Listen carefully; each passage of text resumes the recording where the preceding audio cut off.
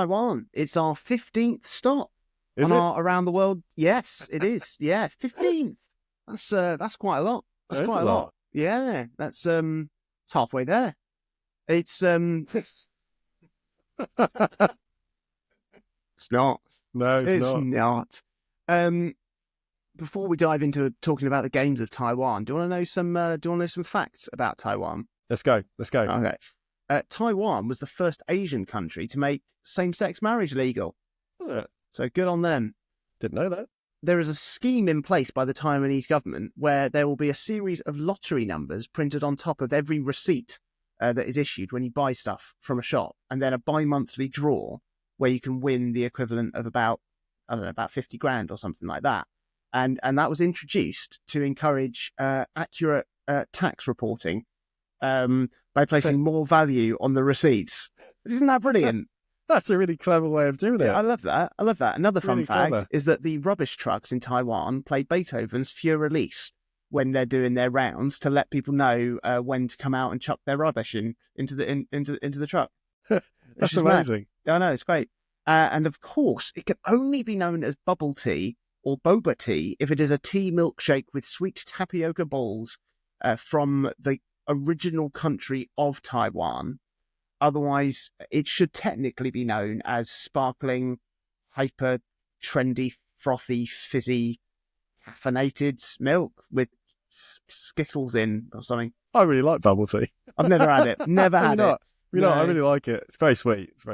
Well, what of games, Chris? What of games? What of the Taiwanese games? Right. I will be really honest here and apologise up front in case I wrongly suggest any Taiwanese developers or games are actually Chinese or vice versa. It's not through lack of trying or deliberate ignorance or anything like that, but I found through research that many series or games that may have been Taiwanese in inception have ended up being farmed out to Chinese subsidiaries, which then makes nailing down exactly where they come from quite challenging, especially as people online may use, in a casual way, can sometimes say Chinese to refer to a much wider pool than just that country. So, it's made in China, which is sometimes the case, but sometimes not. But it's not always explicitly stated or accurately researched. Add in my own mental block in separating the Republic of China, as it refers to Taiwan, from the People's Republic of China, referring to China more specifically, and it's been quite tough in terms of research. It's been quite difficult. I'm going to cut all of that and make you look like a racist. Please do. I might be spot on, and then it won't matter. So, Softstar is one of the oldest and most established Taiwanese development houses.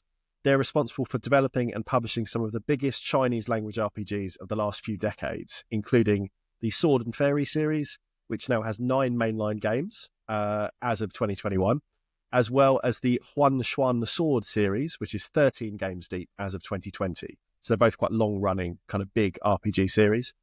Of these, I have managed to find a fan translation for the very first Sword and Fairy game, which I'm keen to explore at least a little bit, considering how highly it's regarded for its story especially, but I haven't made much progress so far. So, I did enjoy the goose chase in making it work, because it was quite tough to patch like an old DOS game. It's not quite as easy as modern console games can be. But, the game itself, I can't really speak to as of yet. Sticking with RPGs for a bit, JSL Entertainment have produced a number of entries in the Fate Seeker series, and User Joy Technology are behind the Fantasia Sango games. Unfortunately for us, and I imagine most of the people listening, none of these games have ever been localized into, our native tongue, to my knowledge. So they're kind of outside of the scope of what we could possibly play or explore. Prey Spirit are a team responsible for action platform shooters like Rabbi Ribi, Last Command, and TV. All have a niche but quite passionate audience. I remember Rabbi Ribi because it had a physical print on the Vita, and it was in my collection for a while, but I've since sold that on, so never played it. Bought it, put it on the shelf, sent it off to eBay. More in my wheelhouse, though, are the Taipei-based publisher Rayark Games, who are responsible for many of the best modern rhythm games, and many of which are sat on my Switch shelf currently behind me. They're behind Demo, Citus, and Voez. Voez was an early hit for the Switch because it launched when there was basically nothing to choose from on the digital storefront. Cool. So that was quite a good one for me because I like rhythm games, but I think it meant a lot more people played it than might have otherwise found it if it launched today, judging on how the eShop actually is to get through.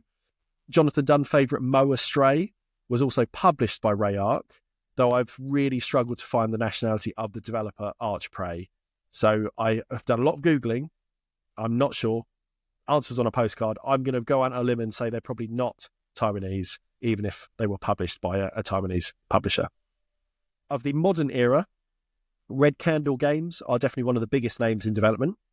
Their horror game Detention from 2017 established them as a name to watch in the indie horror space, with them becoming front and centre in games news with their second title, Devotion, in 2019, as an Easter egg in the game, mocked the Chinese Communist Party, and it led to it being pulled from sale from Steam. So you can get it directly from their storefront, the actual kind of Red Candle storefront. But beyond that, their most recent title, though, is what's really put them on the map, garnering excellent critical and commercial success. And I understand, Mr. Dunn, that you might be able to tell us a bit more about Nine Souls.